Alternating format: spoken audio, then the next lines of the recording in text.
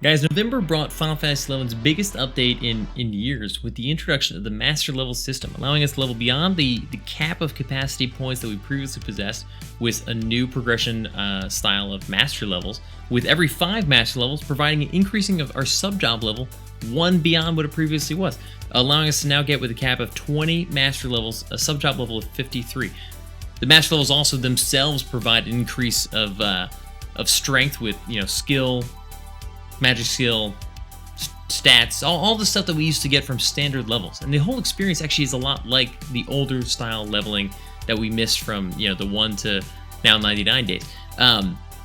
With, every time you hit one, you just do a little level up, you immediately get that power boost. You don't have to wait until you go back to the Mog House. It's awesome. I love everything about it. You can even see people search by their levels and see them walking around with, Master Level 13, Master Level 15, that kind of stuff. It's awesome.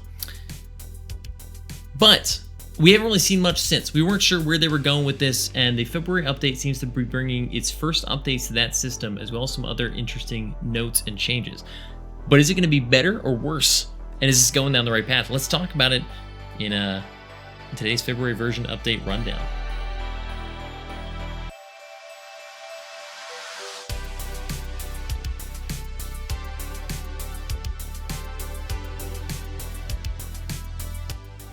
So this is just the announcement of the update and what's coming, not the official patch note, so we'll obviously know more next week once this comes out.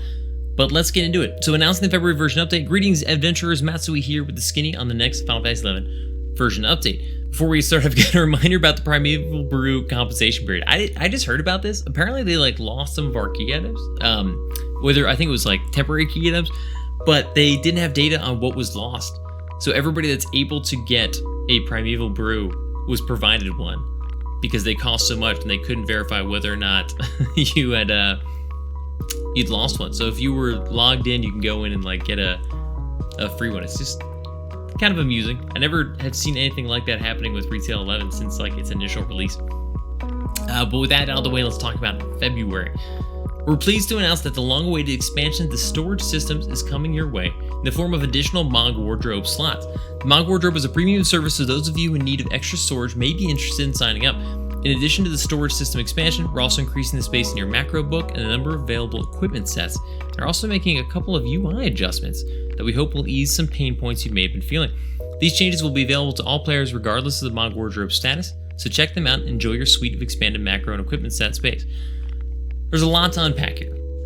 So Mog Wardrobes, glad to see it.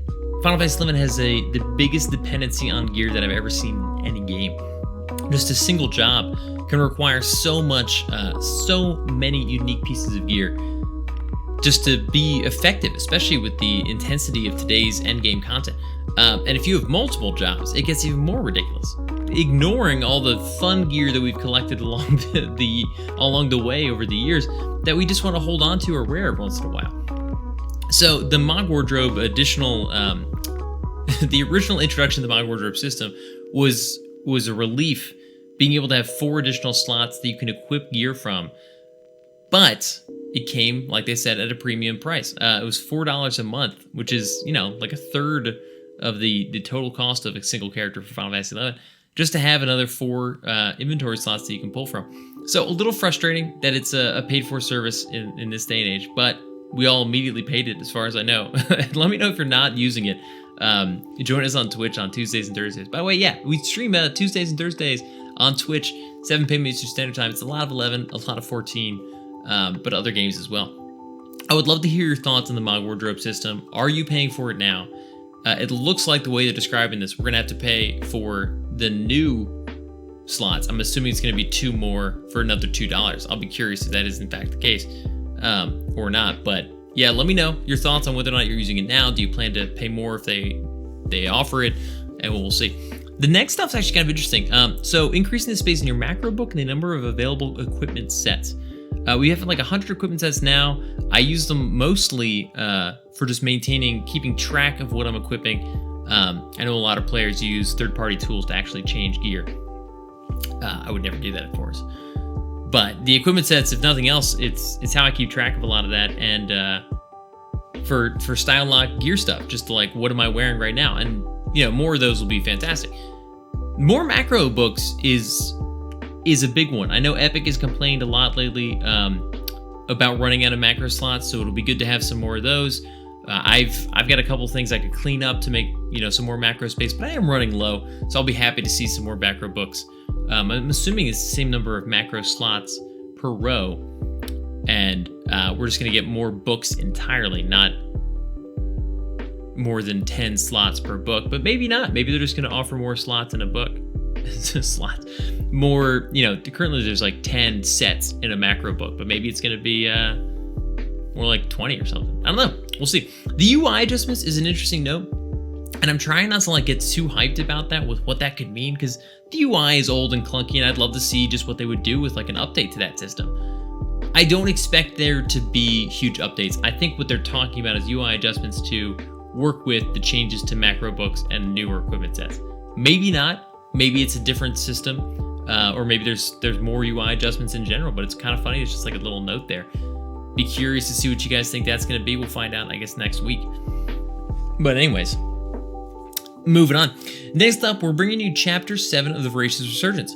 We're heading back to Bastok in this installment, and one question looms over our allies. I don't want to know what it is, though, because I'm actually 2 Voracious Resurgence storyline elements behind, which is kind of a bummer, but I've been slow. I caught up in November, and I got so distracted with everything else, I'm still kind of behind. So, good to see, another chapter coming out, preparing us inevitably for whatever is leading up to the 20th anniversary coming this summer, because that's what I've heard, is that the Voracious Resurgence storyline is going to lead up to whatever is happening this summer. But they haven't, I don't know if they officially declared that or just kind of insinuated, so we'll see. But awesome to see more Voracious Resurgence coming. In more combat-oriented news, and this is the big one, we're increasing the master levels cap from 20 to 30. That's awesome. I really thought it was going to be either 5 or another 20.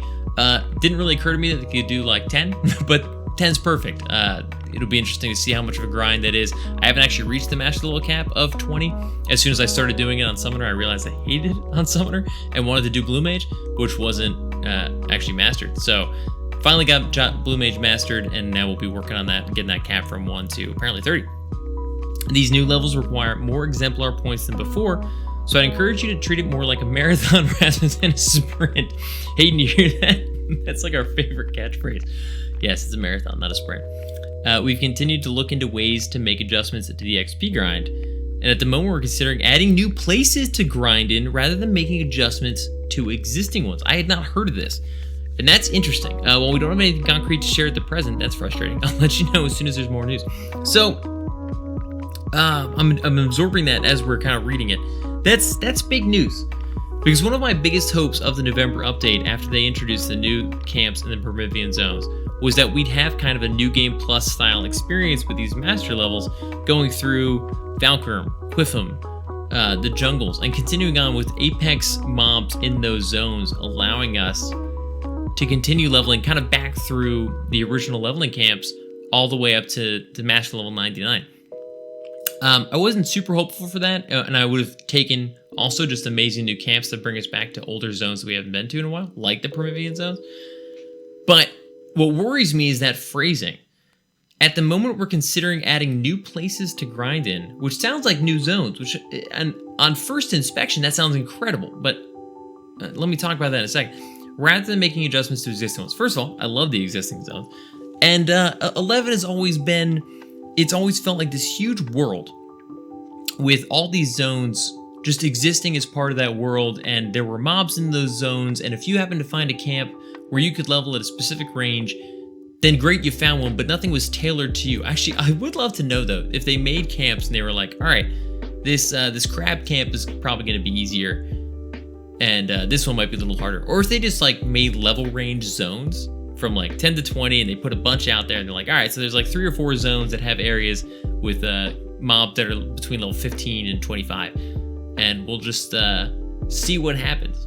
And it's just us? Did the players just find places that worked better? Probably. I doubt they put too much thought into it. They might have had a couple ideas, but yeah, kind of interesting. Anyways, it's always felt like this living, breathing world that we found a slot in where we could make something work.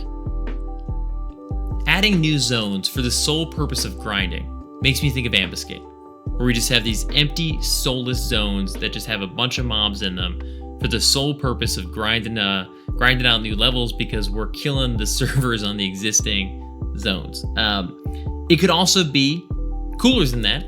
New zones that are in fact incredible and lively and have purpose, and there's quests in them and various elements and things that are happening. What if it's just like a mindless area with a bunch of enemies? That doesn't sound like 11 to me. That sounds like a mobile game. So I'll read this as it stands. At the moment, we're considering adding new places to grind in rather than making adjustment to existing ones. I have to read into that as they're struggling with making adjustments to existing camps, existing zones. Whether that's because of server overload of too many players being in older zones and there not being enough capacity for those, or some other element of difficulty. It looks like they're struggling based on that wording. We'll have to wait till they have more news. I was hoping every time they introduce a new level cap for the master levels, they would also have new camps available. It sounds like that's not really going to happen, but it's what it is. But I would love to hear your thoughts on whether or not that's average news, okay news, whatever. Those of you who enjoy Ambuscade will be pleased to know that both normal and intense Ambuscade feature all new battles this month, with a course and a Taurus. They just go in to talk about that a little bit.